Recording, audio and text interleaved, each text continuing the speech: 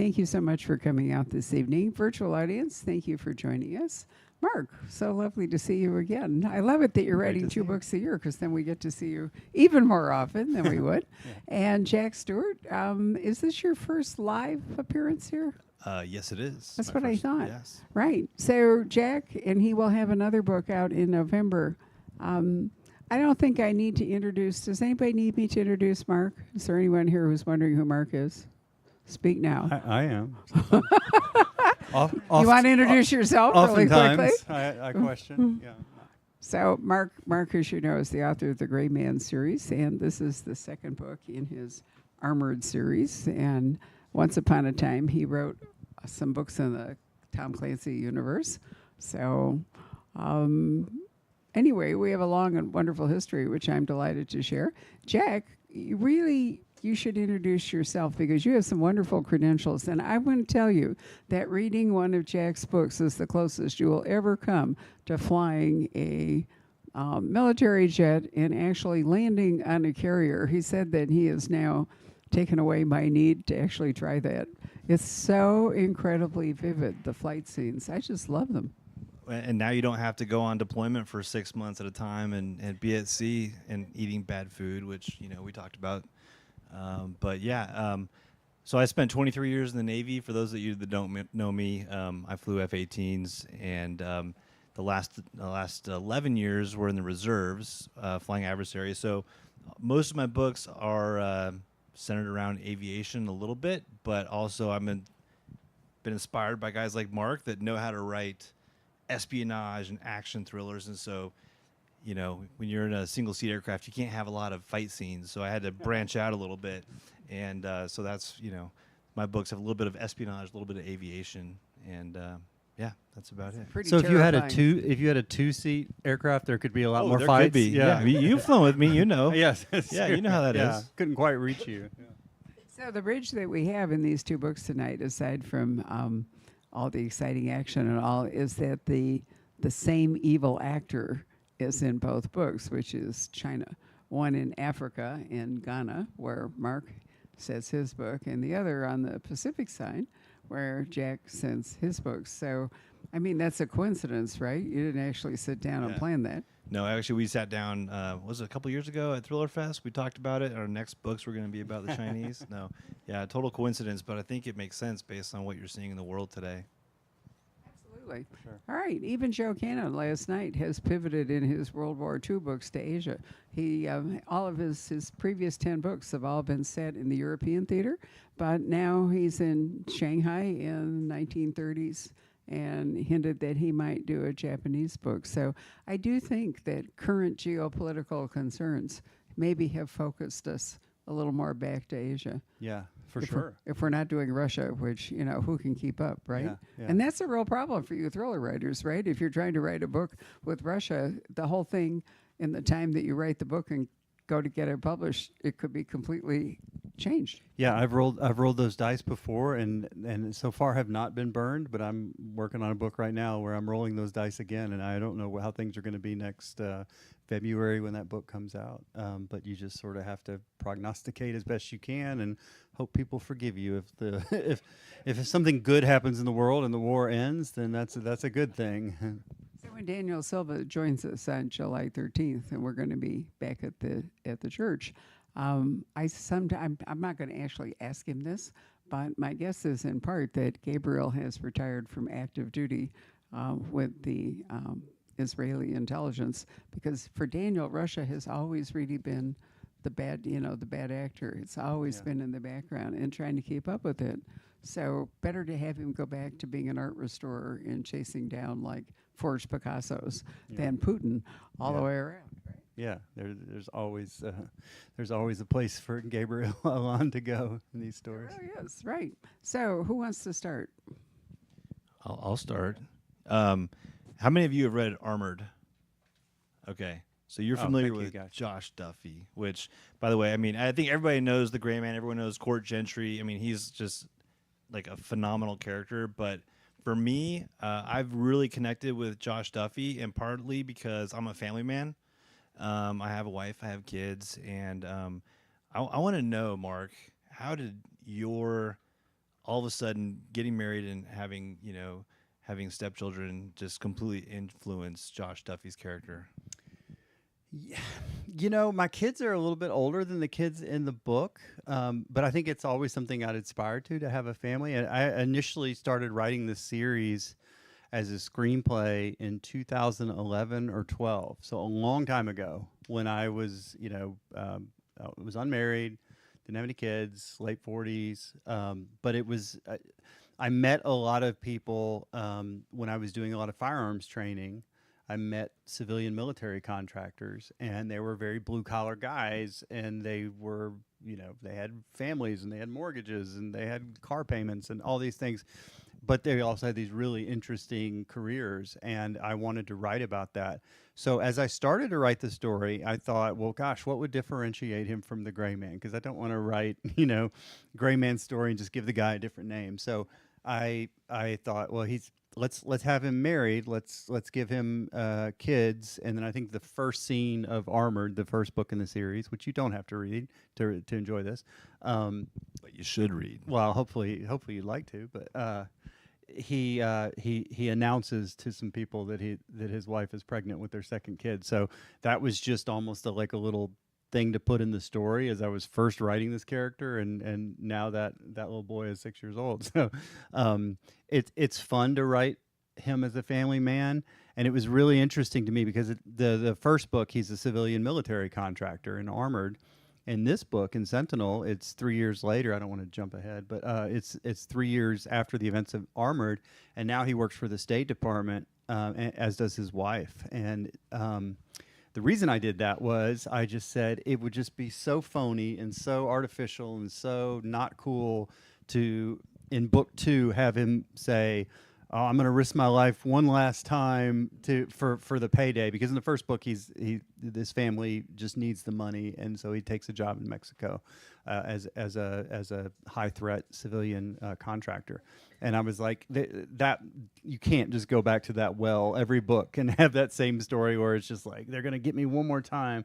So I was like, well, let's give him what he thinks is a stable job and what his wife thinks is a stable job and a stable life, but let's put them with the State Department, where you actually are sent into harm's way and with your family quite often. So is it diplomatic security? Is that Yeah, he's the realm? he's a diplomatic security special agent, what's called an assistant regional security officer. So he's actually assigned to an embassy in West Africa, and his wife is a foreign service officer. So she works for the State Department as a kind of a political officer, and they bring their kids, and I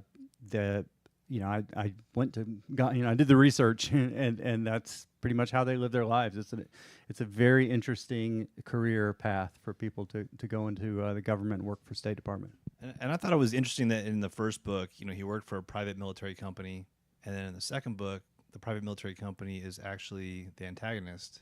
So can you talk a little bit about the bad guys in Sentinel and kind of how you developed them? Yes. So there's a varied group of bad guys in Sentinel, but at the heart is a group called Sentinel, which is a private military contractor, straight up mercenaries. Whereas in the first book, Josh works for a company called Armored Saint, which is just a very bad security company that takes very dangerous jobs that nobody else wants, much to the to the detriment of the people that work for them.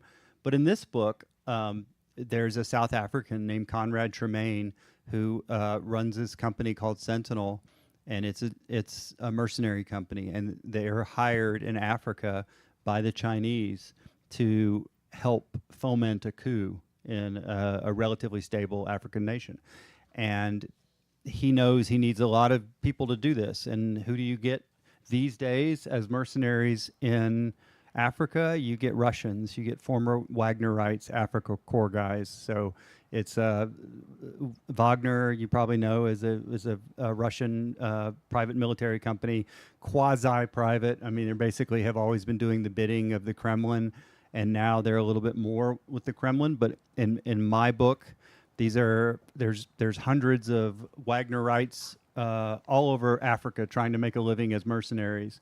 So they're kind of snatched up. So there's kind of an axis of evil in this story with the Chinese, the Iranians, and these private military contractors slash mercenaries that the Ghanaians and the Americans and the Europeans are up against. Yeah, it's a real smorgasbord of characters. But I know, like Barbara said, in my book as well, Ministry of State Security plays a major role in Jack Carr's new book, the Ministry of State Security. They're kind of behind the scenes on a lot of things. How much do you feel that in Africa they are playing a role in kind of developing and shaping the modern Africa? How do you feel China is influencing that? Well, everything in the book is based on real geopolitical underpinnings of things that are going on. And so right now the Chinese have something called the Belt and Road Initiative, which I think they announced in 2013, which is so far they've spent about $1 trillion in the developing world paying for railroads and ports and government buildings and highways and all these things to sort of ostensibly increase trade with China and these developing worlds, which I think is absolutely legitimate. But there is definitely a dark side to what China is doing. In Ethiopia, they built the African Union building in Ethiopia for the entire African Union. And then once the African Union moved in, they found out that the Chinese had created backdoors and hacked into the computer system and were surveilling everything they did. There's also a thing that's called debt trap diplomacy, where the Chinese aren't just building a railroad for these nations; they're loaning the money to build the railroad at a very, good interest rate. But at the same time, when these countries can't pay it back, they lose some of their sovereignty to the Chinese. So that's what the story's about. It was funny. I was sitting there in the U.S. Embassy in Accra, Ghana, talking to the political chief at the embassy, and he was like, we see the Chinese as businessmen. We don't necessarily see them as nefarious actors. And I was like, that's fine. They're going to be in this book because there's enough stuff there, to create the underpinnings of this type of story. So the Chinese aren't the only bad actors in this story, but they're definitely at the center of it. Yeah, and leading up to the release of this book, you posted a lot of stuff on social media, pictures of your travels, and it's funny because you gave me an early copy that I was reading, and then you posted the pictures, and so I got to see what was already in my head, and it's so your detail is so perfect, it's so spot on that I could see it clearly. How important do you feel that is to your writing process, that you actually go to the places and you meet the people and you experience the culture? How important is that to you? I think it really helps. There's been several books where I haven't been able to travel, but when I say several, there have been like 3 or 4 books. Sentinel is my 25th published novel, and there's probably been about 4 where I haven't been able to go to the countries because they're in North Korea or something like that, where it's not a good idea to go. But it really helps me, and from the very beginning, the first book I wrote, which was never even published, I went to Europe to do research, and The Gray Man, which is my 4th completed novel, I went and kind of like went on the trail that the Gray Man went on in the story, and wrote it from that. So from the beginning, I started doing this, and I realized so often my preconceived notions about a place or the people in a location are very different, and they're wrong. And so that travel really opens your mind up and your world up. So I like to portray things the way that I see them and the way that I feel them. And so I went to Ghana last November and spent a lot of time with the U.S. Embassy, but I also spent a lot of time with Ghanaians and got out of the capital and went to some locations. And I really loved the people, and I loved the place. It was very vibrant. It was over the top, almost like intimidating at some points, but you get yourself in these intimidating situations and realize how great everybody is and how cool it was. So I think hopefully that came out in the story, the richness of the story, that the Ghanaian people were very, and I was telling people at the State Department, I was going like, thank you for all this really good information that I'm asking for, this very detailed stuff about the work you do. By the way, I'm pretty much just going to blow everything up at some point in this book, because that's the nature of this novel. But so it's going to be a big over the top story, but it's based in this research that I did. I can really recommend, and I certainly did it. I never used to read with my phone. alongside me. I'm reading the print book, but I did because I really am not familiar with West Africa where Mark was. And I thought it helped a lot, to open my phone and do Google Maps and actually look at the ports. It started with Lagos, if I Yeah. remember, and then there's a port nearby. And I think it really helps you understand the book if you take a moment. They used to do more maps and books, but Yeah. not so much anymore. But, you have your phone, so it doesn't really matter. But I did find that to be a very worthwhile thing. Now, this is the first time I've really thought about it, but listening to your discussion, what the Chinese are doing is actually not that different than what the British were doing in places like, I was able to go on the first commercial cruise down the Irrawaddy River in Myanmar in 2011. Subsequently, I wouldn't be going to Myanmar, but I still call it Burma. But anyway, the contrast between some of Britain's former colonies and Myanmar was enormous, because in Myanmar they decided not to keep any of the infrastructure that the British had developed. So buildings are all going bad, nothing works, train stations don't work. I mean, it's a mess. And it's also true in Mozambique, where there's an actual train station built by Eiffel or designed by Eiffel, and it's just a ruin. And then, India, for all its problems, India kept, the railroads and the post office and all. So things worked. Yeah. And so in a way, what the Chinese are doing in Africa is they're coming in and building infrastructure. I mean, it's to serve them. Yeah, absolutely. And I make that point in the story because as I was writing the story, I was like, okay, other nations are not scot-free here. The Chinese are the villains in this one, but I do talk about colonialism. And then on top of that, Ghana, so this book is about a coup in Ghana, and Ghana is a very relatively stable democracy right in the middle of the African coup belt. There have been 8 coups in the last 3 years in all these nations that border Ghana and are in that region. But I point out, I talk about colonialism and the European influence and all that, but I also point out that in 1985, I believe, the U.S. tried to start a coup in Ghana, and we brought in a Ghanaian who was just a complete nut job to lead the country. We haven't always done a great job with our own dictators, that's for sure. When I write, I don't ever want to get on a high horse that like America's going to come in and fix everything because sometimes we do the right thing, sometimes we don't. Well, but one of the reasons that your guy and his wife are able to take their children to Ghana, even though they're young children, is because it is stable and it is safe. Yeah. So they bring their family there, and so the coup is clearly a surprise. Right, it's a surprise to them for sure.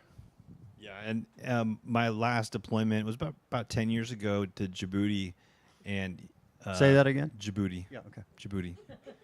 Just want to make him say it again. Yeah, but it's the Djiboutians. They. That's really good, Jack. Yeah, Thank you. said Very- Djiboutians. Yeah. What do I know? Yeah, the Djiboutians took a former French Foreign Legion base and handed it over to the United States, Camp Lemonnier.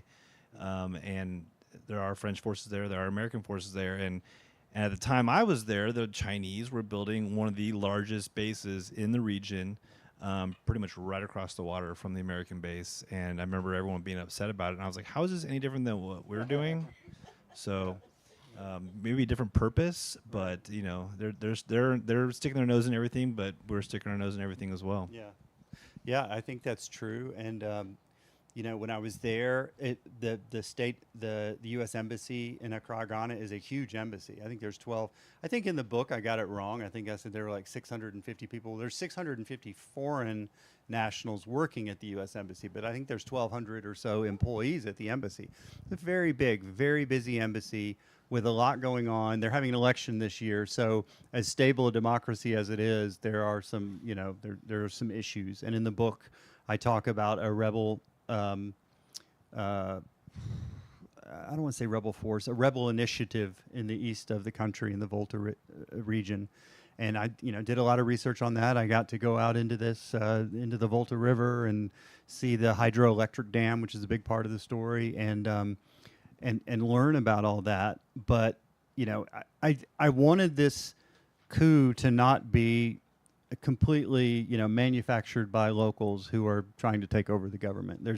It's always more complicated than that. So as you said, there's a smorgasbord of issues going on in the story, but essentially the story is about a man, his wife, and their kids. They're not, the husband and wife are both trying to do their job and protect the ambassador and get back to the capital so they can watch over their kids who are also in threat. Yeah, and the kids add a whole new level of tension to the story, because even though they're not on the page throughout most of it, you still feel that presence, Yeah. And I think you do a really good job bringing that up. Thank you. Yeah, I mean, that's the thing. It's like it would be on your mind very much that your kids are in the capital and a coup is broken out and you're out in the hinterlands and trying to get back, and you're very aware that at this point in the story they don't know what's going on, but they are obviously very, very concerned about their kids and then the embassy. Now, you mentioned you did a lot of training with these private military contractors. What's the training that you've done in researching your books? What's the most fun you've had? There's only one right answer, by the way. I was going to say, I think you're feeding me. Well, in 2021, I think it was. Yeah, I got to fly in the back seat of an F-18 fighter jet, and he was the pilot. Yep, best pilot ever. And I survived. And I will tell you one little anecdote from that. There, you have a simulator there at the base in New Orleans where we were, and he had me sit in the simulator, and he was showing me everything. And here's the ejection seat, and here's how you get, here's how you adjust the communications, and all these sorts of things. And he was showing me a lot about the ejection seat. And I said, so if I pull the ejection lever, does that eject you as well? And he hesitated about 4 or 5 seconds, and he's like, normally, yeah, but I'm going to turn that off. It's true, right? Didn't that happen? Yeah, no, that's 100% true. Yeah. 100%. So, so no accidental ejection is going to happen, right? Yeah. If there's any accidental ejection, he's not going to be part of it, and he made that very clear. And I remember because I had to go take a water survival course up in Maryland with the Navy.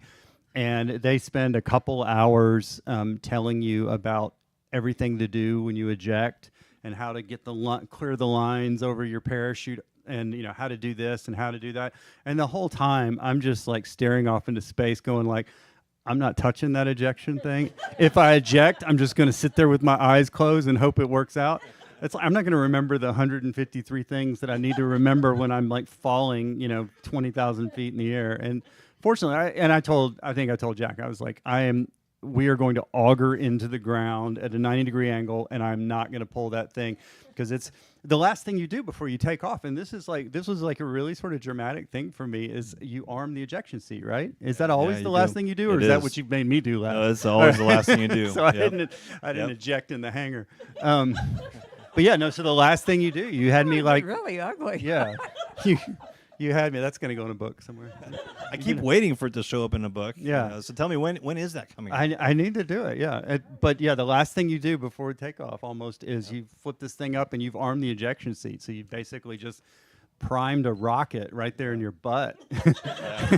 And at that point, really, the fact that we were flying, 700 miles an hour at 20,000 feet was less scary to me than the fact that there was a rocket, was sitting on a rocket. And I don't know what the term is, if it's intrusive thoughts, but when I first started flying an ejection seat aircraft, I would look down at the handle and I would think to myself, what would happen if I pulled it right now? Did you ever have that thought? Yeah, I had my camera, so I had like my iPhone, and I'm filming stuff, and I was like, just keep your eyes on it, because it's a big thing that I'm like, I could just see me get my hand caught in that and going. So yeah. Top Gun this is a Top Gun moment. Have you ever actually gone out of a plane with a parachute? Or you no, I haven't. Not to do that. I've been offered many times, and I've gotten to do a lot of really, really cool things doing research for books. And I'm pretty much down. I'm going to do some rappelling, coming up. And I'm pretty much down for lots of stuff, but I've been offered skydiving multiple times. And every time I'm like, I'm just going to be honest with you, I am way too scared to do that. I am not jumping out of an aircraft. How about you, Jack? Have you ever actually had to eject? No, I have not. Thankfully, I'd probably be about 2 inches shorter if I did.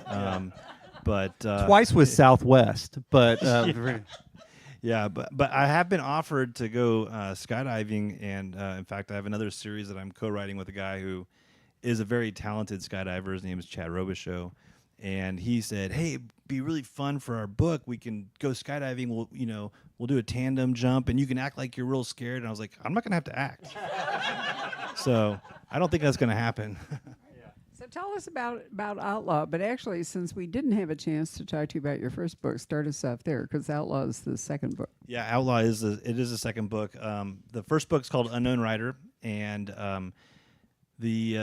for me, it was really an indictment on where our military is going with technology and its reliance on these new, fifth generation stealth fighters like the F-35. And ironically, the Chinese were the bad guys in that book as well. And in that book, they figured out how to hack into the F-35, because that is the first aircraft that actually transmits data through the air back to maintenance. And so I'm thinking in my head, well, if they're transmitting data, somebody can hack into that. So that was really the premise of the book, was how scary would it be if I were a fighter pilot and I could no longer control my jet? I've been in dogfights. It's sort of a Tesla moment in the air, Yeah, absolutely. or actually Waymo. Oh, Waymo. Have you noticed that we are surrounded by Waymo everywhere? I mean, we saw two of them just driving back here from the, the Royal Palms. When I was coming down Scottsdale Road yesterday, I was in a hurry because I was late, and there was one over in the right-hand lane, and I thought, well, I'll just pass it. And then I thought, no, I'm just going to follow it. I'm not entirely clear what it would do if I went around it. So is that? Yeah, well, it's kind of the same thing, except the Waymo, I think, is just completely AI, right? Like there's Yeah. no human being actually controlling Right. it. But in my fantasy universe, there's actually a human behind it who's actually controlling it to achieve some desired goal. Nefarious. Yeah, a nefarious individual. So the main character's name is Colt Bancroft, mainly because I liked the name Court Gentry, and it was already taken, so I changed the letter and made it Colt. But he's a Top Gun fighter pilot, and then there's the secondary main character is a NCIS special agent by the name of Emmy King, call signs Punky, and there's two worlds at play. Like I talked about, the espionage world and then the military world. And Colt is the military, and Punky is the espionage. So those characters continue on in Outlaw. And I'll just really quickly tell you the inspiration behind this book is basically what happened during COVID. One of our carriers was sidelined right before we really knew what was happening. And one of my friends was the commanding officer of the carrier. He was the one that ended up getting relieved from command for pulling into port in Guam and basically isolating a lot of the people on the ship because they didn't know what was happening. Well, one person on that ship died. And if you don't know about carriers, there's thousands of people on an aircraft carrier. And we took a strategic asset off the board in an area of the world where China is constantly talking about invading Taiwan. And that was their whole purpose. It was to deter China from invading Taiwan. We took that strategic asset off the board because of this thing we called COVID. So I started thinking, what would happen if it was a really bad biological weapon attack? And so that was the kind of the premise behind Outlaw. And the scary thing is, for those of you who have read it, I'll apologize for you who haven't. You're in for a treat. But some of the technology I talk about with synthetic bioweapons is real and it's terrifying. I talked to a professor at Columbia University, and I said, hey, I don't want to tell our enemies how to do any of this stuff. He's like, oh, don't worry, they already know. And I was like, okay. And he used to be a professor at West Point and was on, I can't remember what they called it. It was like Combating Terrorism Center at West Point. And he wrote specifically about synthetic bioweapons and what could happen. And I basically used all his research for the bad guys in this book. But unfortunately, it's already out there. Yeah. So that's the good news. One of the other things that I did like is that you do have women engaged, both good and bad guys. Quite a few of them are women. One of them is a particularly bad actor. And I really thought that was fun, that you were, gender neutral. Yeah, and it's funny. I've actually had a few people email me and thank me for characters of a certain race or sex or whatever. And I never thought about it because in my experience in the military, I served with every race. I served with both sexes. In fact, I went to Top Gun with a woman who is hands down probably one of the greatest fighter pilots I've ever met. And I kind of take that fighting spirit that I saw in the people that I served with, and I put them into my characters. So I don't even think about whether they're a man, woman, black, white. It doesn't matter to me. It's just that's who they are. If you're in a machine that is technically, so I don't know, proficient is not the right word. It doesn't take enormous amounts of strength and whatever to fly it, right? It does. It does take. Does take a lot? It does. Yeah, because I mean, Mark can attest to this. You are pulling G's, and when you're pulling G's, you're straining all your muscles, and you're having to really pull on the stick. At least in the F-18, F-35 is different because it's just a little side stick that doesn't move hardly at all. But yeah, you are using a lot of so physical strength. women are less likely to be flying them. Historically, they have been, but they're just as good. Everyone that I've flown with is just as good. So what they're doing, like strengthening back at the base. Isn't there a female Blue Angel now? Or There is. There? Yeah. There is in that documentary that just came out about the Blue Angels. I think they picked the first Really? woman Blue Angel pilot on that. Yeah. Well, some of the bad actors are women too. Some of the evil people are female. I like that. Because it used to be sort of a stereotype, that it was all guys all the time. But reflects now, reality. Yeah. Unfortunately. Yeah. Right. So what are we working on now? You're working on a Gray Man again? Yeah, I'm writing the 14th Gray Man book. It's called Midnight Black, and it will be out next February, assuming I get it done on time. Or late, is the case. Or late. Right? But eventually. Yeah, as soon as I get it done eventually.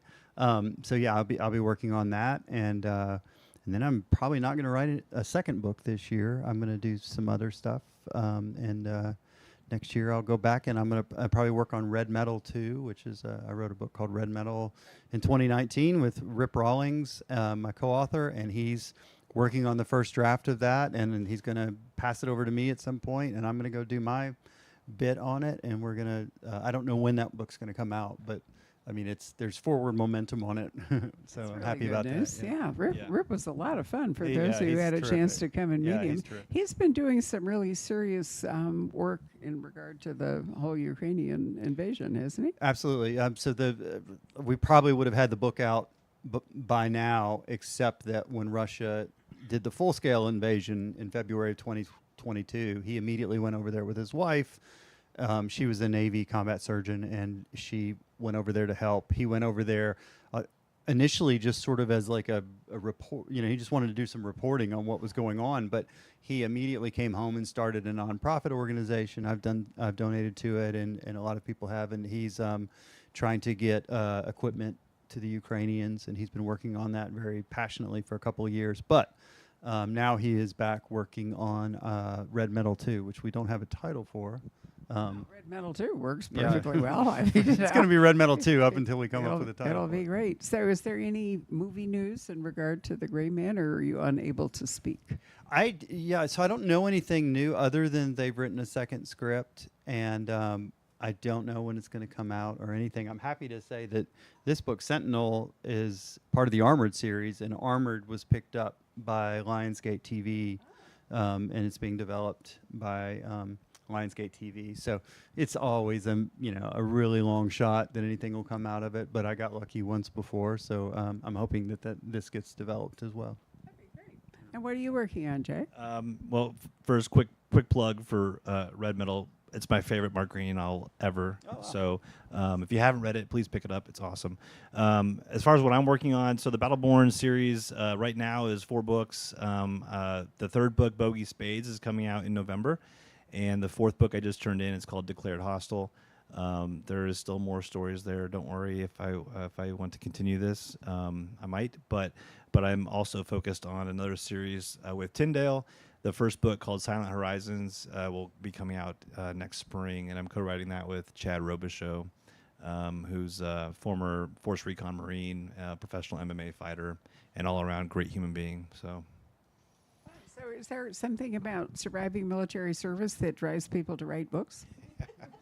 Yeah, I think you just have a lot of stories that people just won't believe, and so you figure I'll just put it on the page and sell it as I used to fiction. think that was true about lawyers, and reporters who, weren't able to tell the whole story when Yeah. it was real, but Yeah. like making them up, and lots of lawyers who, wish things had come out differently or just Yeah. were so shocked by whatever it is. I think it's interesting. So I hear from a lot of like well-known reporters, that you would see on TV all the time that enjoy my books, and it became kind of a trend to where I go like, I wonder if doing that work in the world just doesn't make sense the way it's supposed to. There's something about fiction that is like comforting to where Where you can make it come out. yeah, Yeah. you can make it make sense. I don't know if that's true, but I've been wondering about that. Yeah, I think it makes sense.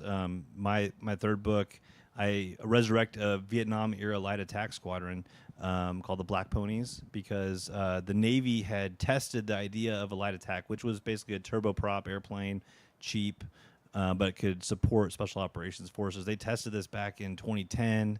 And then they tested it in 2015. But every single time, Congress came in and said, nope, you can't do that, or nope, there's no funding for it. And I thought it was the worst decision ever. So I said, if they're not going to fund it, I'm going to put it in my book. And so that was kind of my nod to what we really need as warfighters. Do you really feel that, if we became entangled in war, that we could gear it up like we did in World War II in a hurry and manufacture the stuff that we need? I think we could, assuming that it's something that we can get the entire population behind. We're unfortunately so divided right now, at least on TV. I mean, in this room, there's probably half of us Republicans, half Democrats, and we could all get along just fine. But if you put us on TV, we all of a sudden hate each other. So I think the if internet. you can get everyone to agree behind, whatever it is, yeah, we can absolutely do it. One of the things that is really unifying is an attack. I mean, you remember, well, none of you probably would, only me, because I'm old enough. I think it was 1939 when, or I wasn't quite old enough then. Wait, what? I was still in the womb. No, I was born in 1940, so I wasn't quite there. But Orson Welles did this thing called War of the Worlds that you probably have heard about. And the whole premise was, in fact, a very divided world. And the thing that would pull everybody together would be an attack from space. Yeah. And, at that point, it's kind of like a family, where families all squabble, but when there's an outside threat, people tend to come together. And, then, I mean, if you really go back and look at the United States up in 1939, 40, 41 until Pearl Harbor, there was a huge amount of America that didn't want anything to do with the war in Europe, opposed Roosevelt even giving any aid. And if the Germans hadn't declared war on us, we didn't declare war on Germany. It was the other way around after Pearl Harbor. I think that it might have been very difficult for us to have entered the war in Europe or to have sent enough aid and so forth. So, it would take, I think, some kind of major external threat to unite everybody. At that point, you forget about what your political color is and go for it, right? Yeah, I always say I wish we could go back to September 12th, 2001, because that was the most unified that I've seen our country, at least in my lifetime. But that wasn't really my question. My question was not about will. My question was, do we have the manufacturing capability and the resources if something like that happened? Because if you look back at the way we were able to gear up and produce all that war machinery and everything in World War II, I mean, it's astonishing. Well, that's, it's a very good question because, like I talked about, Unknown Rider was talking about the technology that we're kind of relying on in military right now with the new advanced stealth fighters. And then again, in my third book, when I talk about this light attack, really cheaply made turboprop aircraft, which is an older technology, that's what we would have to rely on, because think about, I can't remember how many of our microchips are produced in Taiwan. Yeah, well, they could have been here in Arizona, but we decided that we didn't want them, and that's why the guy went to Taiwan. That's one of the most irritating stories I've read. Yeah, so, and I talk a lot about the F-35 in my books because when I was a brand new F-18 pilot on deployment, I remember a representative from Lockheed came out and was telling us all about how great this technology was. And if you don't know anything about the F-35, it's a single engine fighter. Most Navy fighters, at least in the 90s and at least in my lifetime, were two engines, and there's a reason for it, because if you lose an engine and you have to land on a boat, it's very difficult. And so we asked that question of this Lockheed guy and said, hey, what happens if you lose an engine? Oh, no, the jet's so smart, it's going to tell you before the engine fails. Like, okay, is it going to tell you when it sucks something up the intake on your catapult shot? Because that's something that you can't predict. And so I think we would have to go change our mindset and go to a lesser technologically advanced platform, but produce them in vast quantities, which we could do. The F-18, I think, is probably a third of the cost of a F-35. And so, yeah. Well, I have to admit that my confidence in our ability to do stuff has been shaken by Boeing. So, I feel like if, Which the I fly all the great time, by the way. aircraft company, manages to sort of, sabotage itself, then where are we? And also, I think the fact that the supply lines are such that parts, components don't come here. They're not made here. They are imported. And so you don't really, I've never really understood why anybody bought baby formula from China. Why did they do that? Was it just because it was cheap, or dog food from China, where there aren't any controls? I mean, I don't know. I wouldn't personally have bought either one, it must be a price thing, but I also think that means that we're very naive about potential threats, that just because it's cheap doesn't mean that it's a good idea. That's where Mark and I come in. We're just going to remind you of how bad of an idea that is. Yeah. Okay. Come up with a worst case scenario. Right. So how about questions? Would anybody like to ask either of them? Oh, look, there's a hand right up. I have one for each of you. Did you lose your cookies flying with him?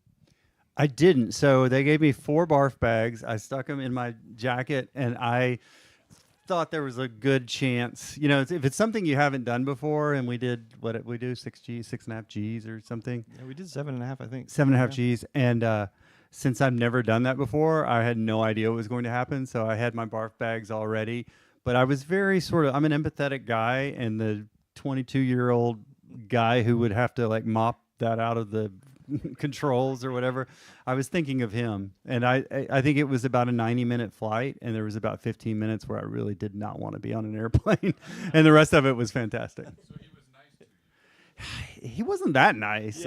No, so the first thing that happened is we get up in the air, and he's like, all right, we're going to test some Gs. We're going to start with 6.5. And I was like, why would we start with 6.5? I don't understand. Why don't we start with 2 or 1.5? So, yeah. Why did you start with 6.5? Yeah, explain that That's good to us. That's our procedure. I just did what we always do. No, I get asked that question a lot too, how he does, and everyone's like, oh yeah, he blacked out, right? Yeah, he threw up, right? I was like, no, he did great. Yeah, I almost kind of blacked out, but I didn't. I But he remember didn't. I rember telling myself, "Oh, it's okay if you fall asleep," because I was fighting it, and I was doing the hick maneuver and all that stuff, and then I was kind of like, but if you fall asleep, it's not that big of a deal. And then the whatever you were doing ended, and then I was like, okay, I stayed up, but I was telling myself it's okay to go to the light or whatever. Yeah, I have seen NFL players show up, to get a backseat ride and acting cocky, and then I've seen them kissing the ground after they get back from the flight. So Mark was not like that. He was fantastic. I always say he's my best Wizzo ever, because I was a single seat guy. So anytime I had a backseater, it was Mark or somebody I didn't care about. So. And then for you, Jack, what's your call sign? Oh man. Or did you have both? Oh no, I only had one that I earned. I'll say that. I'll do that off air. We'll talk off air. Okay. No, I'm just kidding. It's Farley. I like Chris Farley. And I knew it was time for me to retire when the young guys in the squadron had no idea who that was. Yeah.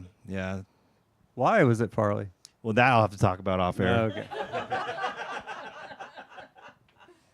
Anybody else? So, Mark, you said you got in the plane with Jack, and that was an experience and all, but not skydiving. So, do we just have to strap a rocket underneath you for you to jump out of a plane to skydive? I would jump out of a plane if there was another rocket under me. Yeah. No, I've done some things that, are a little dicey, but there's just something about skydiving where I'm like, I see me up there going, nope, No, it seems like a bad idea.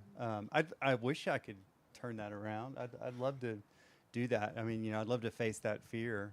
I was actually nervous, really nervous to fly in the F-18, but I kept telling myself it's probably not going to happen. At some point, it's going to, it's too good to be true.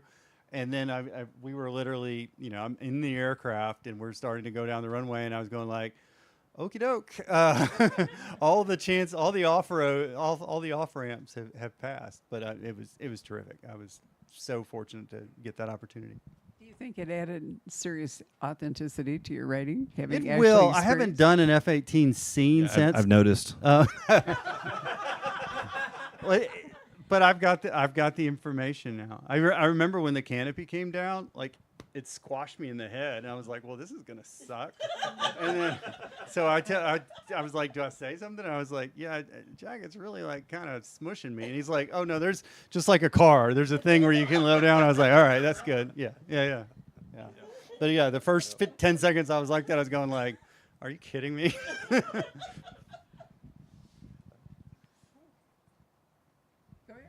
Pick somebody. Actually, I have a question for Jack. Okay. So, you haven't skydived. Correct. So, wouldn't that be part of preparing if you had to eject? So, well, yeah, it would. And no, that's a fantastic question. So I will tell you, when I went through Navy flight training, they used to do this really cool thing where they would do basically parasailing behind a boat in Pensacola, and then they release the line and you'd float into the water, and that was all cool. And then there were sharks, and so they said, we're not doing that anymore. And so they used some redneck ingenuity and decided to tow us behind pickup trucks in Alabama, and I'm not even joking. They did this at a field in Alabama, and then we floated down on the ground, and people got hurt, and so they stopped doing that. That was kind of the end of my skydiving wishes and aspirations. Now they just watch Point Break, right? Right, right. Oh, and I have one other question. Are those aircrafts on your shoes? Yeah, this is actually the cover of Unknown Rider on my my Vans. These are one of one. I'll auction them later on eBay if anybody's interested. Size 12. Yes, sir. How did the two of you eventually, originally link up and start doing a tour together? Well, we initially met through Ward Larson, who's another great author. He's also so Jack flies for Southwest, Ward flies for Southwest, and Ward sent me a text. And I knew him not super well, but I really liked the guy. And he sent me a text. He's like, "Hey, can you give me a call?" And I called him, and he's like, "Hey, I know this guy who's in the Navy Reserve, and if you wanted to, you might be able to get a backseat ride with him or whatever." So we just kind of started talking from there, right? Yeah. And it was funny because Jack gave, because I knew he was wanting to get into writing, and you'd written something, and he'd sent it to me, and like I hate to say it, when somebody sends me something, I'm like, oh boy, because you feel obligated, it's like it's obviously a nice guy, intelligent guy, but I mean I've met mean he can write. exactly. I've met people like 1,000 times more intelligent than me that can't really get it down on paper the way they want. And so when I read his book, actually I plopped it into an app and listened to it as I was driving to New Orleans, and I thought it was really good. So as soon as we got down there, we had a beer, and I was like, all right, it's completely publishable. The question is, can you write another book and another book and another book? Because that's what this career is all about. It's not just coming up with an idea, and he's proven that he the can. same thing but different. Same thing Right, but different. every Yeah. time. I thought he was just bribing me to not crash the plane. Yeah, this was right before we took off. So yeah, I was like, "You're the best." Yeah. Hemingway. No, it was really terrific writing. So are you still flying for Southwest? I sure am. So are there a great many people who finish their time in the military as pilots and then go to work for commercial airlines? There have been. And a lot of Vietnam pilots end up, flying for Yes. the major airlines. Yeah, I'd say that's the most common profession for a military aviator to go to after they finish their time in the service is the airlines. And there are some that are a lot smarter than me that will go to Harvard or whatever in business school and do something else. But I decided I didn't want to work for a living. In fact, I tried going into business after I left active duty. And that's when I went to India. We were talking about that earlier. I worked for a marine engineering company. Fantastic experience, but I did not want to work for a living. So I decided to go back to being a pilot. Got it. Plus, you get all those great travel perks, right? Right, exactly. I know. But Peanuts, all the peanuts you want. Not anymore. I have a nephew who has just finished. There's a flight school up in Prescott. What's it called? Ridley. Yeah, Embry Riddle. Yes, thank Yep. you. Graduated with honors, and he went in with United having hired him, but now he has to have a certain number of hours. Right. But what they do is they are already letting him hitch rides. So his brother got a scholarship to go to Ireland or something, and there goes Connor, off. And I thought, wow, that is really, if you want to travel and all, what a great profession. Yeah. Yeah, it really is. And you asked to your question about Ward Larson.